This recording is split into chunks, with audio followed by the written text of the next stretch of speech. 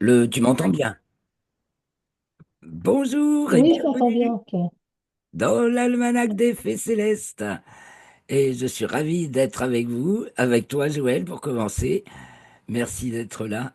Merci. Et c'est donc Bonjour. la présentation du bulletin astronomique pour la période du 20 au 28 février 2025, la quatrième phase de la deuxième lune d'hiver nord, été sud. Donc nous avançons. Moitié de l'hiver est passée. C'est donc du dernier quartier à la nouvelle lune. Dernier quartier le 20 février. La nouvelle lune le 28 février à 1 heure. Je vais vous dire les heures précises. Le dernier quartier jeudi 20 février à 18h32. Nouvelle lune vendredi 28 février à 1h44. Merci beaucoup pour de suivre cette chaîne de plus en plus nombreux, de vous abonner, de liker, de partager, de donner une petite obole si vous le pouvez pour me soutenir. C'est pas un travail très lucratif, mais néanmoins hyper passionnant. Alors j'annonce que je vais lancer un cours sur les outils de l'astrologie du Soriastre, donc le kit de base pour l'interprétation astrologique, et que je vais faire un premier webinaire, une première conférence gratuite de présentation le 28 février. J'ai pas encore fini de définir l'heure, ce sera 18h, 18h30 ou 20h30. Voilà, je pense que ce sera ces heures-là, vous pouvez me dire vos préférences dans les commentaires. De toute façon, il y aura un replay accessible également gratuitement à tous ceux qui se seront inscrits. Je suis en train de mettre ça en place. Et après, bah, je vous présenterai donc cette formation où on apprendra les outils de base pour l'interprétation astrologique, les outils conditionnalistes, le zodiaque, photo périodique ou structurelle, hein, c'est la structure dynamique du zodiaque, la structure dynamique du système solaire, de tout corps vivant branché sur le secteur, donc le RET que on utilise souvent. Et bon, j'en reparle dans la vidéo suivante et les autres outils, mais je préviens déjà tout le monde. Bon, alors nous, on fait le bulletin astronomique. Pour commencer, que va-t-on voir? Et que va-t-il se Mm. passer que l'on ne peut pas voir, mais qu'il est bon de savoir? Car je me présente, j'ai oublié, Claire Henrion, chroniqueuse astronomie, animatrice aussi, qui vous emmène de semaine en semaine, vous préparer à voir ce que vous allez voir dans le ciel et à savoir ce que vous ne verrez pas.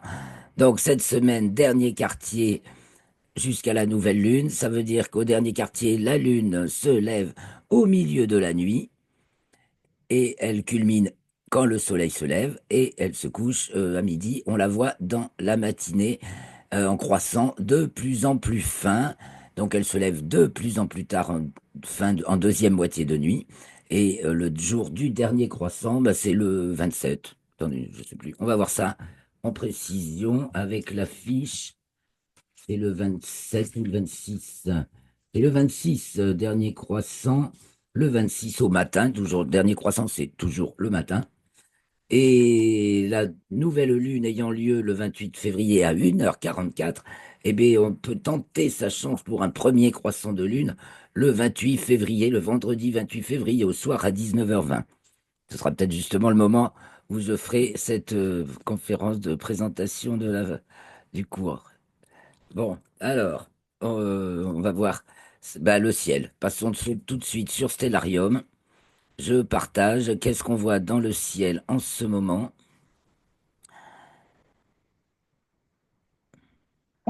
Tu vois bien, Joël? Oui, oui, c'est bon, Claire. Alors, nous sommes arrivés sur le terrain. Nous nous tournons vers l'ouest. C'est le début de la nuit, donc on se tourne vers l'ouest. Et on voit que le soleil vient de se coucher. Il est 19h, donc le soleil se couche de plus en plus tard maintenant, chaque soir. De même, il se lève de plus en plus tôt chaque matin. Le midi vrai, c'est à 1h04 au méridien de Paris, donc là où le mien aussi. Un peu plus tôt si vous êtes à l'est, un peu plus tard si vous êtes à l'ouest. Et donc, une fois que le soleil est couché, vous voyez, là, il est couché. Si j'enlève le sol, on va voir qu'il n'est pas tout seul, le soleil. J'enlève un peu l'atmosphère pour que vous voyez. Ici, on voit le soleil. Ici, il y a Mercure. qui va devenir visible, qui n'est pas encore, elle est là, elle se couche juste, le soleil s'est couché à 18h27, donc il y a une demi-heure. Mercure, une demi-heure après, se couche, mais elle va devenir visible dans la semaine. Au-dessus, il y a Saturne qui est pas visible parce que, vous voyez, elle est pareil, elle se couche, elle est pas très brillante et voilà, on la voit plus. Saturne, c'est fini. Au-dessus, il y a aussi Neptune d'ailleurs qui est pas plus visible. Je sais pas si je vais tomber dessus hein, en cliquant là. Et puis brillante, bien brillante. Par contre, on peut pas la louper. Il y a Vénus, Vénus qui néanmoins va être de moins en moins présente, diminue sa présence de plus d'une demi-heure. Cette semaine, elle se couche plus de 3 heures après le soleil, 3 heures et demie après le soleil, le 20, et déjà moins de, oui c'est ça, hein, et moins de 3 heures, 2 heures, 50 minutes à peu près après le soleil, le 28 février. Elle va vite disparaître, très vite après, parce qu'elle est en conjonction inférieure, donc nouvelle Vénus, c'est le 23 mars. Donc elle va disparaître du ciel du soir maintenant assez rapidement, mais cette semaine on la voit très très bien encore. Donc on voit plus Saturne, on va voir Mercure. Alors faisons un petit, petit look sur Mercure de jour, de soir en soir. Alors je vais remettre le sol, comme ça il n'y a pas d'ambiguïté. Et donc là c'est le 20 février, le 21, voilà. Alors il va y avoir la conjonction Mercure-Saturne aussi, qui a lieu le 25, me semble-t-il. Mais Mercure sera visible. C'est un peu le moment où Mercure va commencer à être visible. Non, c'est bien le 25, oui, à 13h02. Donc le 25 au soir, on va regarder ça. Je vais mettre un horizon hyper dégagé, c'est-à-dire océan. Horizon, océan. Au moins, on n'est pas gêné par le relief, ni les arbres ou les bâtiments. Vous voyez, donc là, on va aller un peu plus tard après le coucher du soleil. Et on peut voir Mercure à partir à peu près de ce moment. Je grossis un peu. Tandis que Saturne va rester invisible, voilà, parce qu'elle est moins. Mercure est de magnitude encore des croix d'éclat, mais elle est quand même de magnitude -1,3 à -1,1, je crois. Enfin, elle est encore relativement brillante. Donc, avec un horizon dégagé, ben on entre dans une période de 2, 3 semaines de visibilité de Mercure, puisque Mercure va être à son élongation est maximale le 9 février. Donc, on a 3 petites semaines de visibilité de Mercure dans le ciel du soir. Ça va s'arranger de soir en soir. Je vais donc jusqu'au 28 février au soir. Et Mercure monte dans le ciel, tandis que ça, c'est le soir de la nouvelle lune. Donc, la nouvelle lune a lieu à 1h02 hein, du matin le 28. Là, on est déjà à 19h22, là, le 28. Donc, on commence à pouvoir bien voir Mercure, si les conditions s'y prêtent. Et juste au-dessus, il y a Vénus. Vous voyez, c'est à l'ouest, voilà, c'est un peu vers le sud-ouest, mais c'est encore bien à l'ouest. Voilà pour le début de nuit. Alors, je reviens, enfin, du côté de l'ouest en début de nuit, puis on va voir également comment ça se présente au sud. Au sud, ça brille. Au sud, alors là, très haut, nous avons Jupiter qui cavale, voilà, si on regarde par rapport à l'étoile Aldébaran du Taureau, donc qui est très haute, bah, Jupiter s'en va chaque jour un peu plus par là. Maintenant qu'elle a repris son mouvement direct, ainsi que Mars, Mars qui est encore plus haut, non pas tout à fait quand même, qui est en train de monter encore hein, au sud-est, est-sud-est, devant les Gémeaux, donc elle va passer très très très haut dans le ciel, pour ça on va avancer un peu dans la nuit. Voilà, il est 22h22, Mars culmine à 22, bah voilà, à l'heure de sa culmination, donc au plus haut, quand elle passe au sud, au plus haut dans le ciel, donc c'est franchement haut, on peut afficher azimut hauteur, à 71 degrés, donc hein, le zénith, je- on repère le zénith, il est là, voilà. Donc le zénith, le sommet de la voûte céleste. Donc Mars qui va reprendre son mouvement direct. Alors là, on va regarder ça. Elle est donc devant les Gémeaux, Pollux et Castor. Castor et Pollux, des Gémeaux. Et Mhm. bon, son éclat décroît maintenant, puisqu'elle est passée à l'opposition le 16 janvier, c'est déjà passé. Elle est encore bien, bien remarquable, très bien remarquable. Et de jour en jour, eh bien, jusqu'au 24, elle va reculer par rapport, je devrais me mettre par rapport à Pollux. Je, voilà. Je reviens le 20, le 21, le 22, le 23, le 24. Elle est stationnaire, elle bouge pratiquement plus, hein.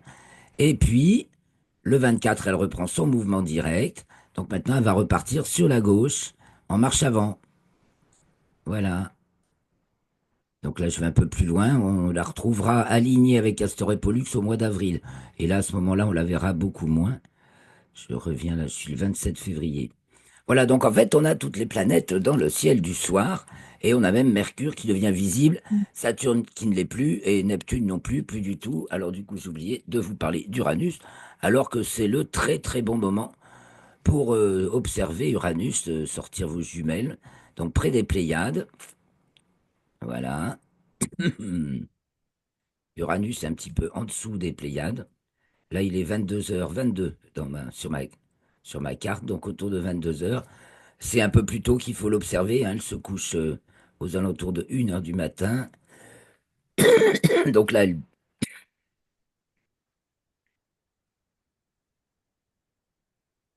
excusez-moi, je vais essayer de vous épargner la petite canne de tout. J'ai chopé un petit rhume, hein, je crois. Et donc Uranus qui se Ouais, trouve sous ça les va. Pléiades et qui est aussi en mouvement direct.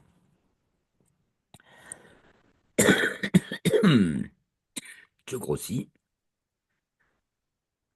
à côté d'une étoile qu'on distingue, si le ciel n'est pas trop pourri, à l'œil nu, Bretagne, là c'est faible, hein. Et sous les Pléiades, on peut se Ouais. repérer par rapport aux étoiles du Bélier, chez Amal et chez Ratan, et puis celle qui fait le prolongement, et Uranus à peu près à l'angle droit entre les Pléiades Mhm. et cette étoile.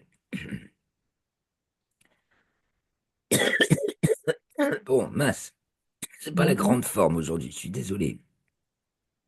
Pas grave. Alors, voilà pour les planètes, donc elles sont toutes en début de nuit, celles qu'on peut voir. Donc voyons un peu les étoiles. Donc à 20h, 20h, voilà, 20h22, je vais mettre à 20h, il fait bien nuit noire et le ciel est beau. À 20h au sud passe Mhm. Orion, là c'est vraiment l'heure de sa culmination cette semaine, donc qui fait partie du grand jet de l'hiver, c'est-à-dire les étoiles les plus brillantes du ciel, toutes saisons confondues, donc du ciel d'hiver. Donc les trois mages d'Orion, Alnitak, Alnilam et Mintaka. Après, on descend sur Rigel, je fais manger du bas en haut. Rigel, donc d'Orion, la bleue, celle d'en bas pour nous de l'hémisphère nord. Comme Orion est la constellation visible des deux hémisphères, l'étoile Mintaka se trouve pile sur l'équateur. Je trace la grille équatoriale. Ça, c'est le plan de l'équateur céleste. Eh bien, Orion est visible dans les deux hémisphères, sauf que dans l'hémisphère sud, on la voit à l'envers. Donc, dans l'hémisphère nord, Rigel est en bas, la bleue, et Bételgeuse, la rouge, est en haut. Et dans l'hémisphère sud, bah, Bételgeuse est en bas et Rigel est en haut. Mais c'est toujours Orion, donc dont la légende dit qu'il marchait sur le fond des mers, le grand chasseur qui marchait sur le fond des mers et dont la ceinture affleurait la surface de l'eau. Donc, les trois mages, Rigel, Sirius, l'étoile la plus brillante du ciel, Procyon du petit chien qui se remarque bien, Pollux et Castor des Gémeaux, Capella du cocher, Aldébaran du taureau et Bételgeuse d'Orion pour fermer le J. Voilà donc le beau spectacle en début de nuit au sud. On se tourne d'abord à l'ouest parce que c'est ce qui s'en va donc avant que c'est disparu. On regarde. Donc, ben, en début de nuit, bien sûr, Vénus, qui est devant la constellation des Poissons, va se coucher. Donc, Pégase et les Poissons se couchent avec le Bélier qui les suit, et puis déjà le Taureau tout a déjà basculé du côté de l'Ouest. On se, on se tourne donc vers le nord. Le nord, au nord en début de nuit, on voit à droite la Grande Ourse qui remonte. Capella du Cocher qui est pratiquement au zénith, hein. Chez moi, elle est pratiquement au zénith. Voilà, donc au sommet du ciel. Et puis bah, de l'autre côté, ça descend. Quand on se tourne vers le nord, à droite, ça monte, à gauche, ça descend. On a Cassiopée qui descend. Voilà les figures principales. La petite ours et le dragon qui sont vers le bas et qui sont déjà en train de remonter dans le sillage de la grande ours qu'on va retrouver. Alors, qu'on va retrouver. Je fais un tour vers l'est, on revient vers le nord après pour avancer dans la nuit. Donc à l'est, en début de nuit, s'élève le lion avec l'étoile Régulus. Et du coup, vers le nord, je reviens. On va avancer d'heure en heure jusqu'au milieu de la nuit. Donc à 21 h, 22 h, 23 h, minuit, 1 heure. Voilà, c'est à peu près le milieu de la nuit. Au milieu de la nuit, nous avons la grande ours là-haut qui plane sur le dos. Elle est au plus haut. Sa patte arrière est au zénith. Voilà. Pour la latitude, 45 nord, quoi. 44, 45 nord. Donc, si vous êtes plus au nord, eh bien, le zénith est plus bas dans votre ciel. Non, enfin, pas le zénith. Non, je dis des bêtises, le zénith, c'est toujours au sommet. Non, la grande ours est encore plus haut dans votre ciel. Et si vous êtes plus au sud, elle est encore un peu plus bas. Euh, voilà, donc au milieu de la nuit, on a Capella sur la gauche, très brillante, qui descend. Cassiopée qui, qui- qui arrive vers le bas. Donc, c'est les constellations circumpolaires, hein. Donc, elles ne se couchent pas. Capella se couche à Paris, se couche chez moi, mais ne se couche pas à Paris. Voilà, à 45 degrés de latitude, Capella se couche, mais à 49, elle se couche pas, elle rase l'horizon. Donc ici, toujours l'étoile polaire qui ne change jamais de place et le ciel pivote autour de l'étoile polaire dans ce sens, dans le sens inverse des aiguilles de la montre. Et déjà s'élève Vega, Vega de la Lyre au nord-est. Alors, je vais me tourner vers l'est pour voir ce qui...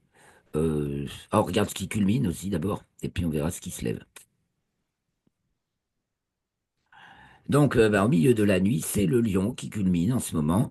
En dessous, il y a l'hydre femelle, là, ce grand serpent, avec la tête de l'hydre, qui marque un peu, qui permet de repérer la constellation du Cancer, où il y a l'amas de la crèche, ici, là où je pointe, qu'on repère facilement entre Pollux et Régulus, comme il n'y a pas de lune, si le ciel est propre et voilà, et ben, vous pouvez voir à l'œil nu l'amas de la crèche, ça fait une tache floue. Après, vous prenez des jumelles et waouh, il y a des étoiles, plein d'étoiles. Donc, à mi-chemin entre Pollux et Régulus, on peut trouver l'amas de la crèche au-dessus de l'hydre femelle avec l'étoile Alphare, une étoile rouge isolée, donc on la repère aussi assez facilement. Je reviens vers l'est, du coup, pour regarder ce qui s'élève. Donc, ben, dans le sillage du lion s'élève la Vierge, et puis il y a Arcturus du Bouvier, qui est même pile à l'est, là, au milieu de la nuit, qui est dans le prolongement de la queue de l'ours. Et si on prolonge encore, on arrive sur Spica de la Vierge. On avance d'heure en heure, 2 heures, on est à l'est, donc on observe ce qui se lève. Vega donc s'élève, ténèbres du cygne. Voilà, le ciel d'été apparaît du côté de l'est, tandis que le ciel d'hiver a déjà disparu du côté de l'ouest. Voilà, donc l'aigle. On a Antares du Scorpion qui se lève à 2 h 43 cette semaine, hein. Chaque semaine, les étoiles gagnent une demi-heure sur leur passage dans le ciel, car chaque jour, elles se lèvent, culminent et se couchent 4 minutes plus tôt que la veille. Tadadam. Bon, à l'est, donc il est 4 heures du matin, 5 heures, 6 heures, apparaît le Sagittaire. Et puis, ben voilà, le grand triangle de l'été, Vega, Deneb et Altaïr, qui s'élèvent. Et à 7 heures, ben, les lueurs du jour sont là. Voilà. C'est bien, là, on a fait le tour du ciel. Je crois que la semaine dernière, j'avais un peu oublié, mais on peut pas tout faire. Et on va regarder vite fait un petit résumé de la fiche que je reprendrai dans les commentaires astrologiques, les résumés de ce qui se passe. J'ai quelques images à vous montrer. Donc, en cette phase, quatrième phase de la deuxième lune d'hiver nord été sud, on a une lune qui est très bas, hein, donc elle culmine jusqu'au 22, elle culmine de plus en plus bas, elle passe au sud, donc de plus en plus bas chaque jour, avec un décalage d'une heure en plus à peu près chaque jour. Ça peut être 20 minutes, ça peut être une heure et demie. Là, en l'occurrence, je peux dire de bêtises, c'est des intervalles plutôt longs, je crois bien. Bon, jusqu'au 22, elle descend en latitude et en déclinaison, donc elle est hors limite zodiacale sud, elle est très bas. Et le 21, elle est conjointe à Antares du Scorpion. Ah bah oui, on va voir ça. Puisqu'on est sur notre ciel du matin, là c'est le 28, allons au 21. Et donc en plus, la Lune, ben voilà, chaque jour, elle se lève après 1 heure du matin, puisque c'est le minuit vrai. Et la voilà conjointe à Antares le 21, donc ça va voir le 21 au petit matin, hein, c'est en fin de nuit, puisqu'on a dit Antares se lever aux alentours de 2h45. Je vais centrer sur Antares et grossir la Lune, une Lune qui est en croissant, encore une demi-lune, quoi, et c'est un gros croissant encore. Le 21 février, au petit matin, la Lune est juste à côté de l'étoile Antares du Scorpion. Et elle passe tellement bas, elle est tellement bas en déclinaison qu'elle passe en dessous de l'étoile, ce qui est ce qui arrive en ce moment, mais qui la plupart du temps, non, elle passe tout le temps au-dessus de l'étoile, sauf depuis quelques mois. Elle a occulté Antares pendant une série de conjonctions. Et puis là, maintenant, elle est même trop loin pour occulter, elle passe en dessous, encore plus bas. Voilà, donc elle est conjointe Antares le 21 au matin. Ensuite, donc, latitude minimale et déclinaison minimale samedi 22. À partir de là, elle va remonter dans le ciel. Et donc, elle entre dans le signe du Capricorne dimanche 23h07. Donc, nous avons Mars qui reprend son mouvement direct. Je fais que les choses qu'on voit, hein, qui concernent les planètes. La Lune est conjointe à Pluton. C'est donc mardi 25. Donc, c'est devant la constellation du Capricorne. Donc on voit, voilà, la Lune se lève à 6h30 ce jour-là, et Pluton pratiquement en même temps, bien sûr. Pluton est invisible. Par contre, je vous ai mis une très belle image de Pluton, on va aller la voir, prise par la sonde New Horizon. Nous avons donc la conjonction Mercure-Saturne mardi 25. Donc seul Mercure est visible. C'est assez. C'est pas très ordinaire, mais cette fois-ci, Saturne n'est plus visible et Mercure, voilà, pas facile, facile, mais visible. Et le dernier croissant de lune, mercredi 26, donc au matin, assez difficile à voir parce qu'il est très très bas sur l'horizon et que le soleil n'est qu'à 4 degrés en dessous. Donc c'est très lumineux, même s'il est encore un peu gros, il sera peut-être difficile à voir. D'important encore la nouvelle lune, donc vendredi 28 à 1h44. Alors Vénus, qui va devenir rétrograde dans le plan écliptique, mais qui le devient le 26, le vendredi 28, dans le plan équatorial déjà. Donc dans le plan équatorial, le mouvement de Vénus devient rétrograde dès le 28. Et ce sera le 2 mars dans le plan écliptique. La nouvelle lune, enfin le jour de la nouvelle lune, le soir, la lune est conjointe à Saturne, donc invisible. Et le premier croissant de lune, donc qui accompagne Saturne, est peut-être visible avec un instrument. Ça risque d'être super délicat quand même. Le 28 au soir chez nous, voilà, avec le tout premier croissant de la lunaison visible pour le nord-est de l'Afrique. Nous, on peut le voir avec un instrument peut-être. Alors comme je vous ai préparé des images, ben on y va, hein, hein, on y va. Signaler aussi la conjonction de la Lune avec les astéroïdes Junon le 20 février, Pallas le 25 février et Cérès le 27 février. Donc c'est un petit peu la série des petites planètes. Évidemment, je ne les mentionne pas toutes. Toujours Jupiter avec ses satellites. Alors, on va voir la Lune. Donc la Lune avec ses librations, elle nous offre Donc, nous observons cette semaine le coucher du soleil sur la Lune. Alors, on peut se donner rendez-vous le 23 février à 6 heures du matin pour voir le soleil se coucher sur le cratère Kepler qui se trouvera à peu près au milieu du croissant, parce que comme elle monte un peu et elle descend. Et donc, c'est l'occasion d'identifier le cratère Kepler sur lequel le soleil se couche. Et le lendemain, donc le 24 février, eh bien, le soleil est avancé, donc un petit peu plus haut sur le croissant. On peut observer la paire de cratères Hérodote et Aristarque sur lesquels le soleil se couche. Alors, d'autres images, le soleil en lumière blanche, tel qu'on le voit quand on met un filtre Millard à l'entrée de son télescope, hein, où on voit les taches. Ça ressemble très beaucoup à ce qu'on voit en visuel quand on met les filtres adaptés sur un petit télescope, une lunette, pour observer le soleil sans filtre de couleur particulier. Du moins, c'est dans la longueur d'onde du visible, donc ça nous fait la lumière blanche. Il y a un petit balai des lunes de Jupiter. Donc vous avez Io qui va disparaître, qui disparaît derrière Jupiter. Europe et son ombre qui passe sur Jupiter. C'était le 18 février de 19h à 19h49 en temps universel, donc 20h, 20h49. Ici, la lune de cette semaine qui vient de s'écouler, donc du 17 février, elle était donc gibbeuse décroissante. Et pareil, c'est déjà le soleil qui s'y couche. Là, c'est pas une vue de l'atlas virtuel de la lune, c'est une photo, bien sûr. Et donc, le soleil, là, se couchait sur la mer, la mer de la tranquillité, la mer de la sérénité, pardon. C'est la mer de la sérénité.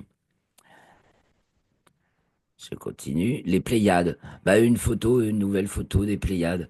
C'est tellement beau, les Pléiades, que voilà. L'objet céleste le plus facilement accessible, puisqu'on le voit à l'œil nu. Et en Mm. photo, les nuages de gaz qui entourent ces jeunes étoiles sortent très très bien, quoi. Donc une jolie photo des Pléiades. Un petit Mhm. Mars, bon, il y en a des plus jolis, mais c'est le seul que j'ai trouvé en photo récente. Donc Mars qui, bien sûr, diminue, là, c'était le 16 février, donc il n'y a pas longtemps. Mars telle qu'elle est encore observable, mais son diamètre est de 12 secondes d'arc, hein, seulement. C'est pas grand bout. Donc pas mal de détails quand même, la calotte polaire nord. Mhm.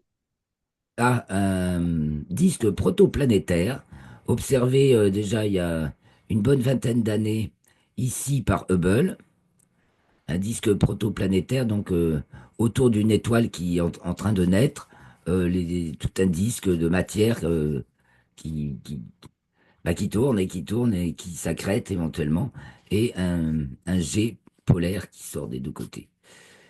Donc la même par le James Webb Telescope avec en lumière infrarouge. Évidemment, il y a plus de détails et la qualité paraît évidemment encore bien meilleure. Mais dans le temps, on disait, ouais, c'est une photo faite par Hubble, c'est fantastique. Alors Uranus, ça, une photo d'Uranus, elle n'est pas jeune. Ah non, oui, non, c'est même pas c'est deux vues sur Uranus simultanées le 17 septembre 2023. Une donc par Hubble, le télescope spatial Hubble, ici, et une par la sonde New Horizons, celle qui a survolé Pluton en 2015, le 14 juillet 2015. La sonde New Horizons a survolé Pluton et c'est ce qu'elle nous a fourni. Elle nous a fourni toutes les images qu'elle a pu prendre et donc infiniment d'informations par rapport à ce qu'on avait avant sur cette planète naine si lointaine. Et après, la sonde a continué son voyage. Elle a visité le petit bonhomme, le petit bonhomme de neige, là, à Rocotte, je crois qu'on l'a appelé finalement, en 1er janvier 2019. Puis elle continue vers d'autres objets du fin fond du système solaire. Donc la même vue sur Uranus par New Horizon depuis bien plus loin que Pluton, puisque hein, c'est entre 2015 où elle passe à Pluton et 2023. Il y a du chemin de fait. Voilà. Donc, la curiosité, c'est l'anecdote. Et ça, c'est Pluton, par New Horizon, le 14 juillet 2015, du côté du pôle Nord, avec des canyons de glace. Parce qu'évidemment, il fait près de moins 270 degrés Celsius. Une petite vue un petit photo de Vénus en deux. euh, Ben ça, c'est en lumière blanche. Oui. Donc, le 16 février, voilà, Vénus aussi est en croissant, de plus en plus fin, puisque quand elle va être à sa conjonction inférieure, le 23, eh bien, 23 mars, eh bien, ce sera nouvelle Vénus, on la verra plus. Puis après, elle réapparaîtra plus tard dans le ciel du matin, en fin croissant dans l'autre sens, de l'autre côté. Et là, je sais plus, c'est une image pour comparaison. Voilà. Eh bien, les amis, je reviens vers toi, Joël. Oui. Coucou. Euh, Qu'est-ce que j'ai oublié? J'ai essayé d'être un peu plus concise pour finir bien comme il faut, tranquille. Donc, pas de lune si le ciel se dégage. Pas de lune, profitez-en. C'est une très très belle saison pour observer le ciel. Essayez de voir Mercure en fin de période. Profitez encore un maximum de Vénus, de Uranus, Jupiter et Mars, hein, c'est le moment. Il y a encore des satellites de Jupiter.